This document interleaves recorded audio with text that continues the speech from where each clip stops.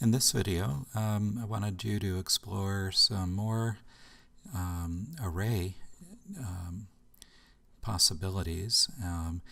Here are two where we have a distorted cube, or an elongated cube, into a radial array with a downward-looking softened spotlight.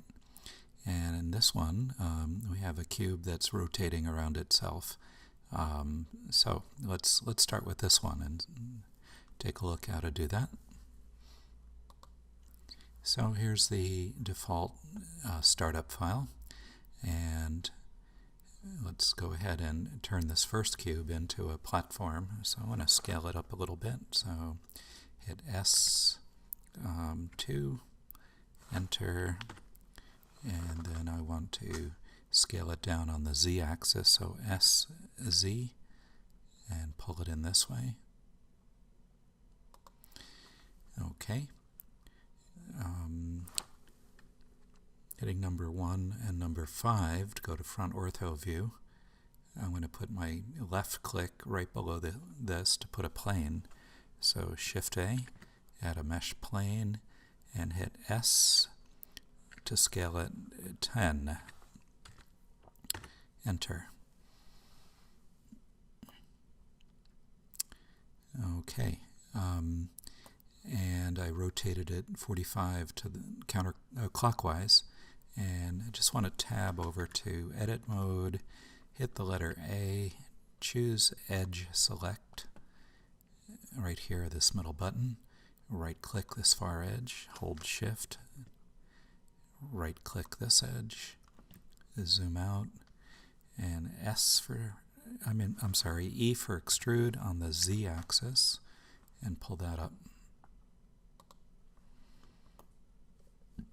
Okay, so this guy, let's turn it back into object mode, and I'm just going to move him out.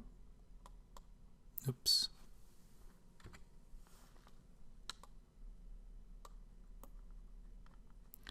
About like that for now. Okay.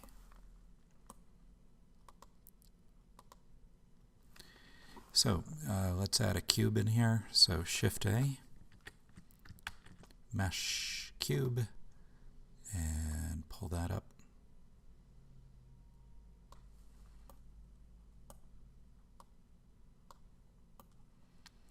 Great. And then we're going to add also an empty set of axes to be the control for the array. So Shift A one more time, and down here empty plane axes, and I'm going to move that up to be in the center of the cube, kind of about like that. Great. So now we're ready to add a radial array here. So let's go over to right-click on the cube, click the wrench on the upper right here, add modifier, and click array. Now we want to unclick relative offset, and I want to put the count up at 8 for now. Enter. And down here, click on offset object and choose the empty as the object that we're using to control this. So let's go ahead and zoom in.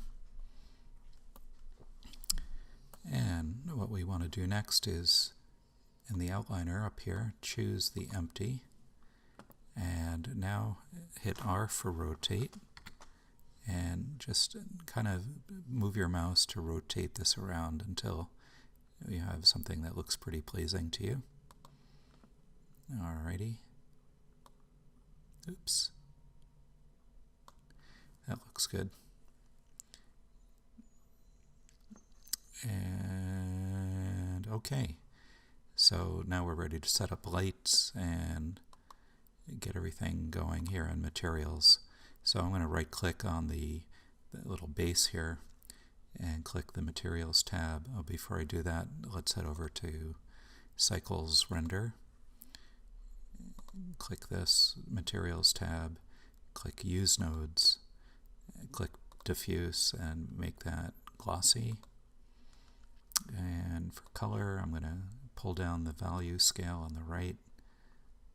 And roughness, I'm going to give it a little roughness so it's not perfectly reflective. So we'll make that 0.2.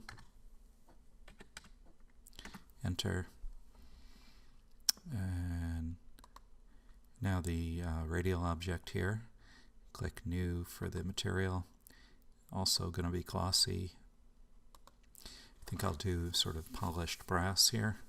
So the color, click that, and I'm making kind of a golden color. Like that. And the roughness, let's try 0.25. Enter. Good. Now, let's see the lamp. Let's set up the lamp. So I right-clicked on it to select it. Let's see what a spotlight might look like. Let's zoom out, pull this up a little bit, and take its size down a bit. And just checking to see.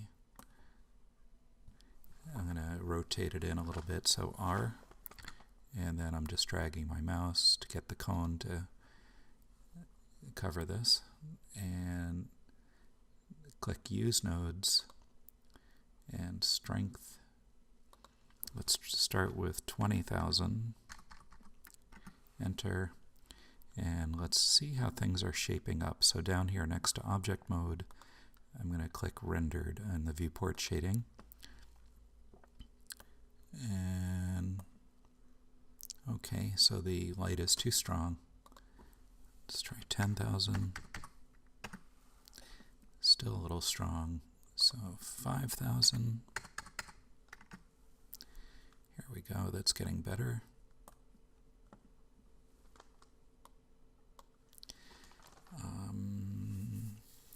Let's see, size. I'm going to soften it, so let's try 1 and 10. Okay, that's starting to look a little better. Strength, bring it back up, 7,000.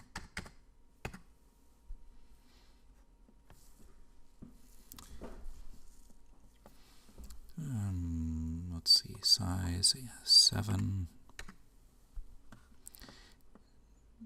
Trying to get just the right combination of highlight and shadow, and that's looking pretty good to me now.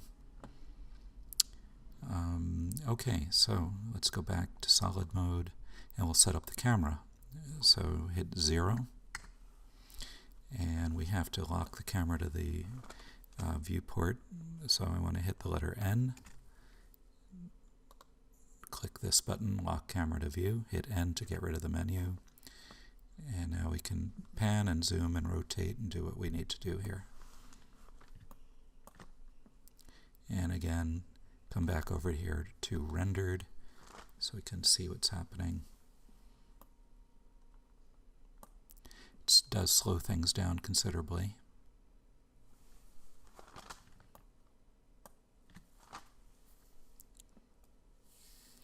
Okay, so now in the rendered menu, I'm going to change the proportion here. So I click the camera. I'm dialing the X back, I'm scrubbing it back to like 1400, and we can zoom in a little bit. And